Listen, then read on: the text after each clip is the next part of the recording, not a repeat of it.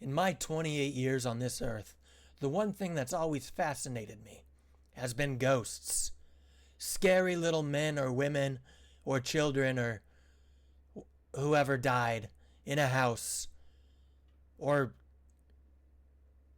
hotel or cemetery or really any location you can think of who have died and not yet moved on. Stuck in between heaven and earth. Scary. I love ghosts so much. I got my Ouija board right back here, which I don't use. I just have. Don't use it. It's not gonna be whatever it tells you it is. It'll be like Paboo or whatever Zach Bagans says. And I got the books. Every book that's ever been written on ghosts.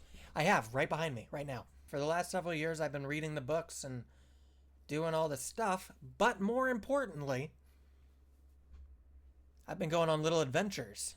I have been looking for ghosts all over the country, from the Midwest to around Boston and a couple places in between. And today, I'm going to talk to you about some of my favorite places I've been. I just got possessed by a demon. Crazy. All the way back in 2018, me and my dad took a cross-country trip to Fall Rivers, Massachusetts. And if that sounds familiar, it's because that's where the Lizzie Borden house is. Real quick, if you don't know who Lizzie Borden is, she gave her father 40 whacks, and when she saw what she had done, she gave her mother 41. I don't know if you've heard that. It's a little nursery rhyme. It's based on a real thing. I have my little postcard from the actual house. It's a bed and breakfast now. And we went up there, and we got to investigate the house as well as stay the night. I think it is very important to mention that, yes, they do haunted tours there. But the house is supposedly haunted because Lizzie Borden killed her father and stepmother and then probably got away with it. She went to court. She got off. She didn't go to, it went to trial, and she was found not guilty. Here's the thing about the bed and breakfast, though, is because it's a house where people were murdered, I slept in the room where the mother was murdered. Me and my dad. We shared I think it's a full-size bed. Me and my father, who's 6'4", and I'm not going to say his weight, but he's bigger than I am. Me and Daddy shared a bed. But yeah, we shared a bed in a room where the mother was murdered. Stepmother was murdered. And that's crazy. Door, bed, murder spot, dresser. And so we went into the room. We went door, bed, Dad, bed, Tommy, murder spot.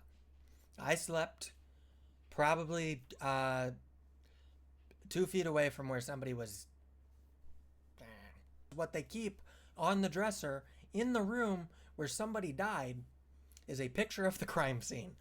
So I would be in bed, and I'd wake up and I just roll over, and dead body looking at me in the little picture frame. That's crazy. I think that's kind of wild. But we did it. And, we did ghost hunt there. The scariest thing was sharing a bed with my dad. That's the scariest part of all of it. This man sleeps in boxers. I was afraid I was going to see his dowsing rod. That's a really gross joke. I could make an ectoplasm joke, but I won't, because that's even grosser. It was weird sleeping in a room where somebody was murdered. If any amount of money is traded to sleep in a room where I was murdered, I would be very pissed off. And I would also haunt the house. Maybe there weren't ghosts before, but there's definitely ghosts now, I think it's weird to sleep in a room where somebody was murdered. It's why I don't stay at Motel 6. Ghost-wise, there was a couple weird things that happened. The first one, the biggest one, I guess, was that, so we're all waiting in this room and we're asking questions and we got our devices going. And to clarify, everybody that was in the house was in the living room. And we ask a question and we don't get any answer. But from the other room, we hear plain as day voices. Just two people having a conversation. Nobody was in the other room. Like I said, everybody in the house was in the living room. I went outside to go see if somebody was there. Nobody was. There was no cars that had come by that we know of. There would have been light through the window. And it was just genuinely very scary. Not even scary, it's just weird. It sounded like two people were in the other room, and they weren't. This place was also the only place where I've been ghost hunting where I got physically ill.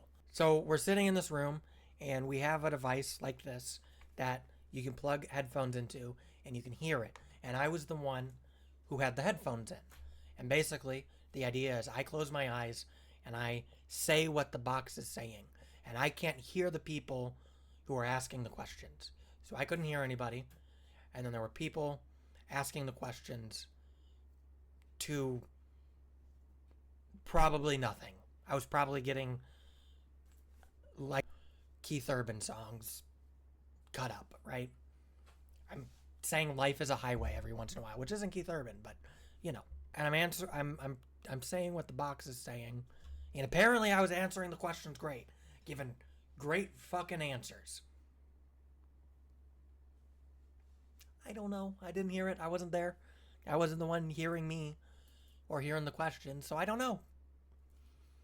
And then all of a sudden, I got very dizzy and I threw up. That's it. That's it. Could have been bad food that I ate. It could have been nothing. But it was very weird. That's it. That's the whole story. There was a couple other things. At one point in the night, we had gone up to one of the bedrooms upstairs. And we were looking at the bedroom, and I was looking at the wall. And I'm like, what the hell is going on?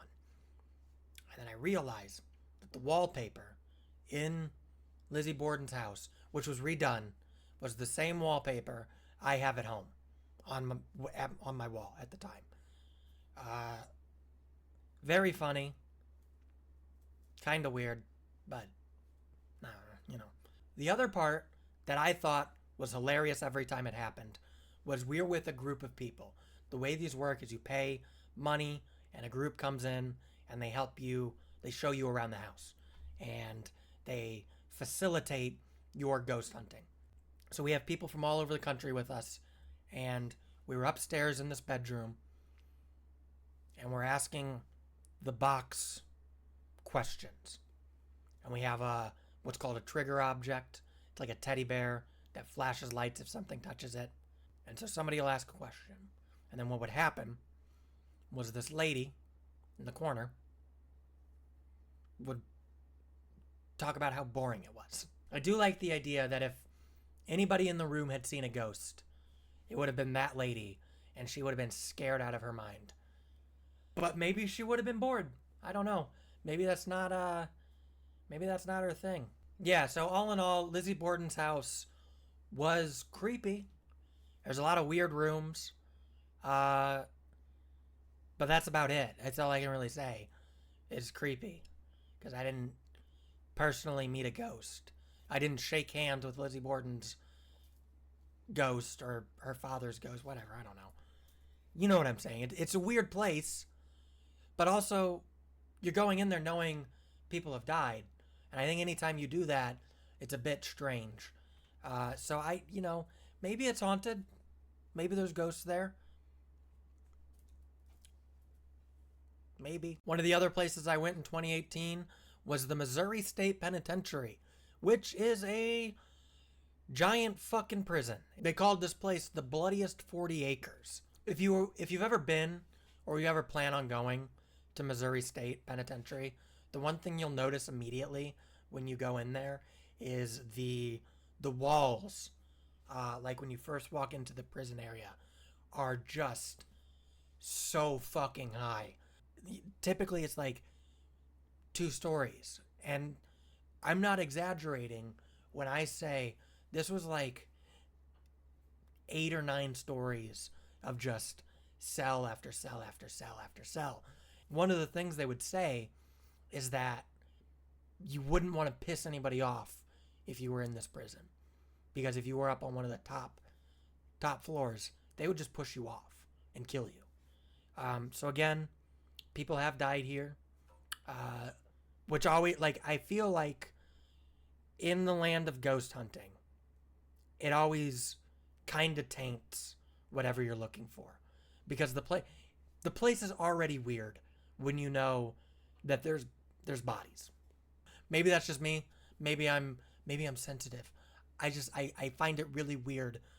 I get weirded out, creeped out, if I know somebody died somewhere. People die everywhere though, so I don't know. This was an event where it was facilitated. People would bring you into the prison and you'd look around and they'd conduct little investigations.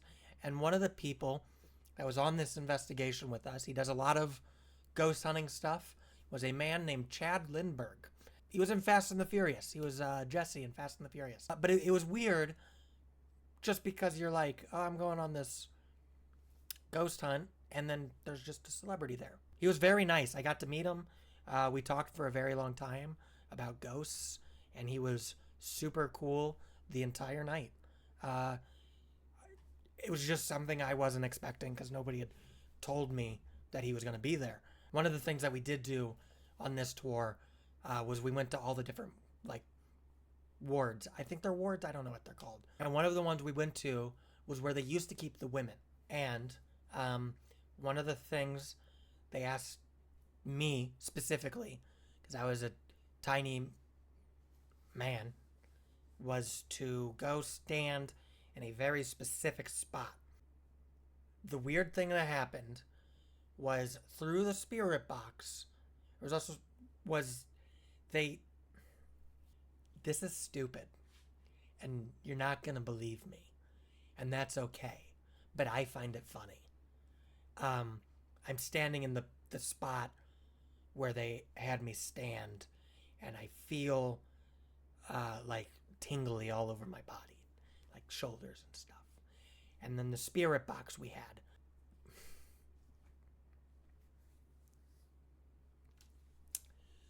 through the spirit box, I get told from a...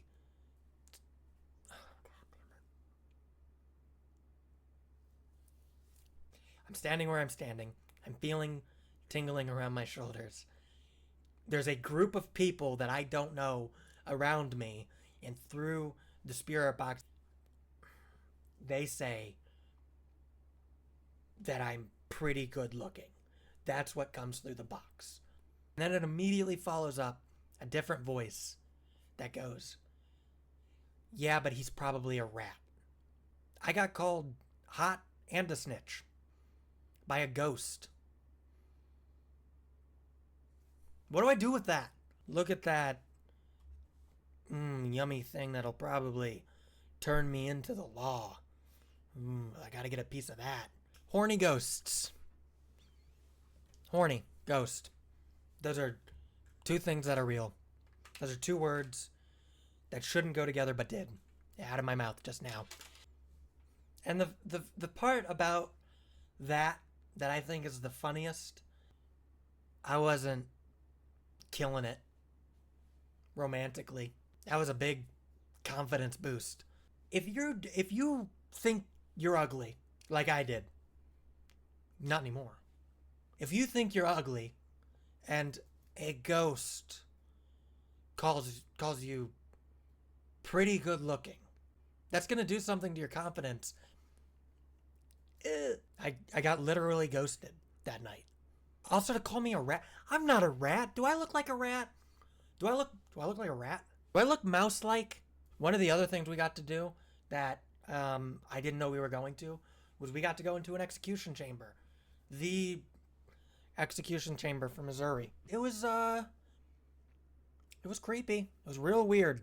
Ironically, it was the place that felt the least haunted in the entire prison. Overall, like I said, There's definitely some weird shit in there. We know something's going on there because I got called attractive, and that's not normal. But it was more creepy. Again, I don't know if haunted is the right word. The spirit box thing happened, and there was some weird moments with other people, but nothing really happened with me. All right? And like, I felt tingly. Maybe that was that ghost feeling me up. Maybe it was in my head because I was told that that would happen. Everything that happened that night could have been in my head in a coincidence. That happened to me. Nothing really otherwise happened. It was cool to go there. It was really cold. And it was really creepy.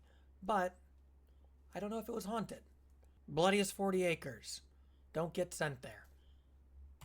The last place I'm going to talk about might be my favorite example. Bobby Mackey's Music World. I'm wearing a shirt. Bobby's Mackey.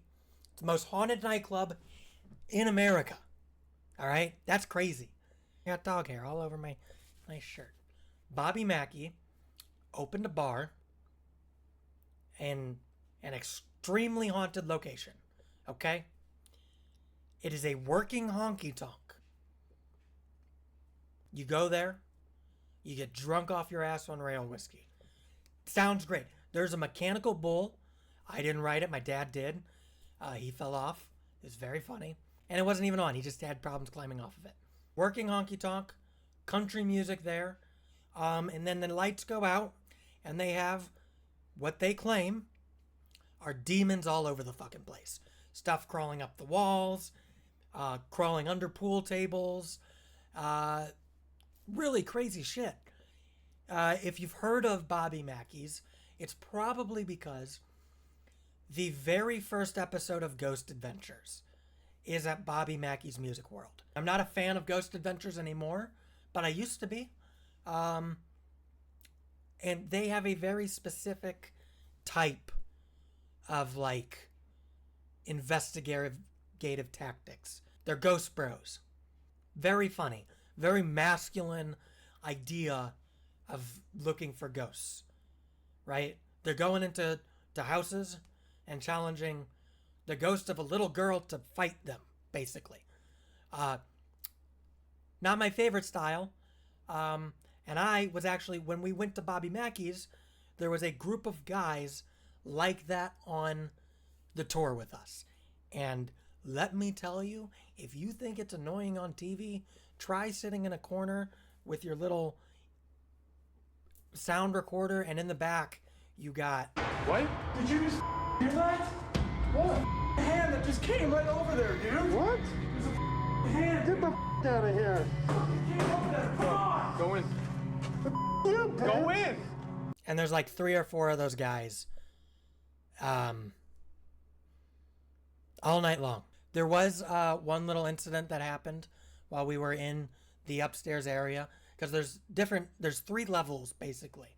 There's the upstairs apartment where this guy lived, and he claims that he was tortured by ghosts. There is the lower level, ground level, where the actual like honky tonk is, and then there's the basement, which has a portal to hell in it, because of course it does, right? The thing that I remember very vividly, and I actually have on camera, is everybody was upstairs in this apartment where this guy was tortured by ghosts. We were all sitting around with the spirit box, one of these, except it was an ovulus. And an ovulus, when that comes through, it's a lot more coherent. It doesn't have the static on it. The ovulus is going, and it's throwing out F-bombs. And the lady goes, "Why are you cursing at us so much? What did we do to you? You know, we can curse too." Who's swearing at us? We can swear too, you know. You're not special. With the F-bomb. Like I said, there's a lot of stories with Bobby Mackey's. One of the ones there is a demon that climbs up and down the wall. I did not see that. It's probably good I didn't see that. I would have pissed my pants. We did see some shadows. I got one video of something, which I'll show you. Just like a K2, right? When you're in the moment, it seems really cool because there's something you can't explain on your camera. And then you realize there's hair, all over the place, everywhere. There's hair on my shirt, right? It probably came off my shirt. But in the moment, you get really worked up. There were shadows all over the place, but everybody had flashlights, so that's not really weird. Probably nothing. The scariest part of Bobby Mackey's, and I am not exaggerating, was the bathroom. You walk into that bathroom, and there is a, trough to piss in. The floors are wooden, and they are wet. They are wet floors where liquid has soaked in. We did this on Halloween night several years ago.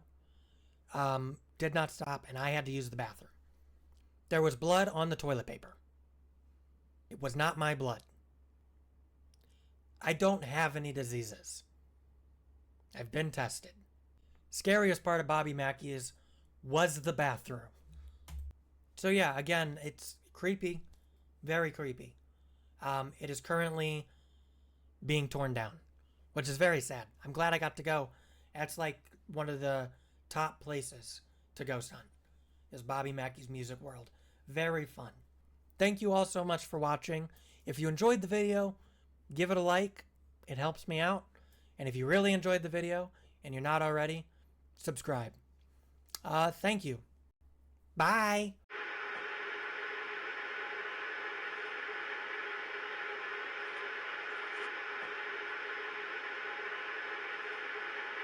I